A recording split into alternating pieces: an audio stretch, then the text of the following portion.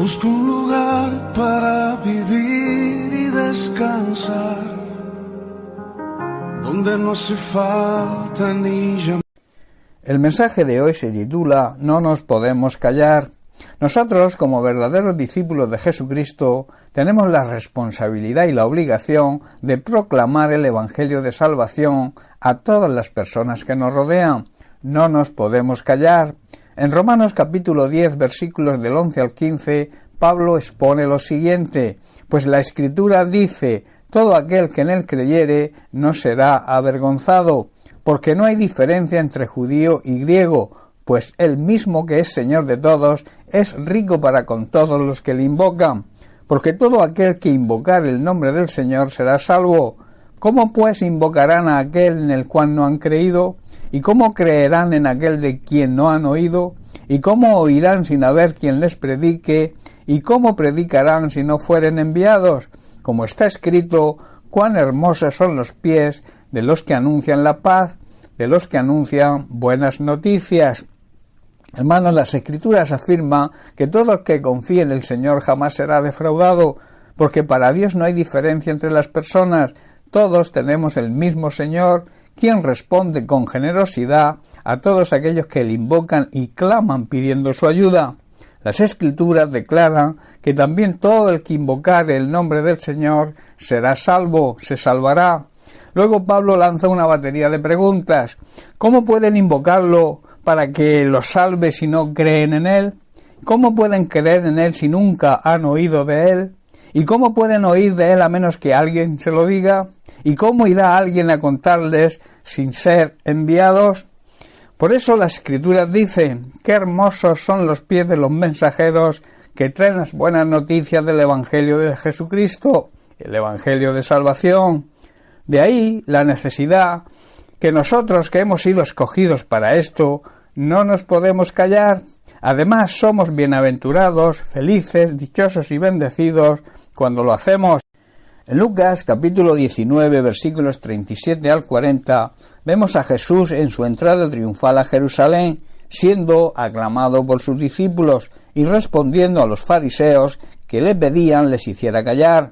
Dice, cuando llegaban ya cerca de la bajada del monte de los Olivos, toda la multitud de los discípulos, gozándose, comenzó a alabar a Dios a grandes voces por todas las maravillas que habían visto, diciendo, bendito el Rey que viene en el nombre del Señor, paz en el cielo y gloria en las alturas. Entonces algunos de los fariseos de entre la multitud le dijeron, Maestro, reprende a tus discípulos. Y Jesús les responde, os digo que si estos callaran, las piedras clamarían. Hermanos, como buenos discípulos de Jesucristo, no nos podemos callar. Si hemos recibido la salvación y hoy somos salvos, es porque alguien nos habló de Jesucristo. Quizás nuestros padres, quizás un vecino o un familiar creyente. Por eso deberíamos estar muy agradecidos con esa persona y recordar con agradecimiento, pues al no callar pudimos recibir nosotros la salvación. El propio Jesús, en el Evangelio de Mateo capítulo 10, versículo 8, nos dice, de gracia recibisteis, dad de gracia. Hermanos, ahora tenemos ese mensaje de salvación y lo tenemos para poder compartirlo con los demás. De esta manera no nos podemos callar. Pablo, en el pasaje que estamos estudiando, lo expresa muy claro. Para que alguien invoque, para que alguien clame a Cristo, debe creer en Él. Para que crea en Él necesita escuchar el mensaje de salvación y para escuchar el mensaje necesita que alguien se lo predique. Ahí es donde está nuestro trabajo, ahí es donde está nuestro ministerio. El mandato de la Gran Comisión que dice id por todo el mundo y predicar el Evangelio a toda criatura y la exhortación del apóstol Pablo son para nosotros hoy. De ahí que no nos podemos callar.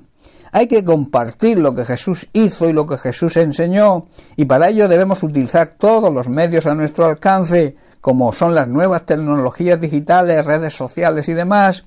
Muchos creyentes inundan las redes sociales con mensajes vacíos, sin ninguna sustancia, en vez de compartir el mensaje del Evangelio que puede llevar a las personas a la salvación de su alma.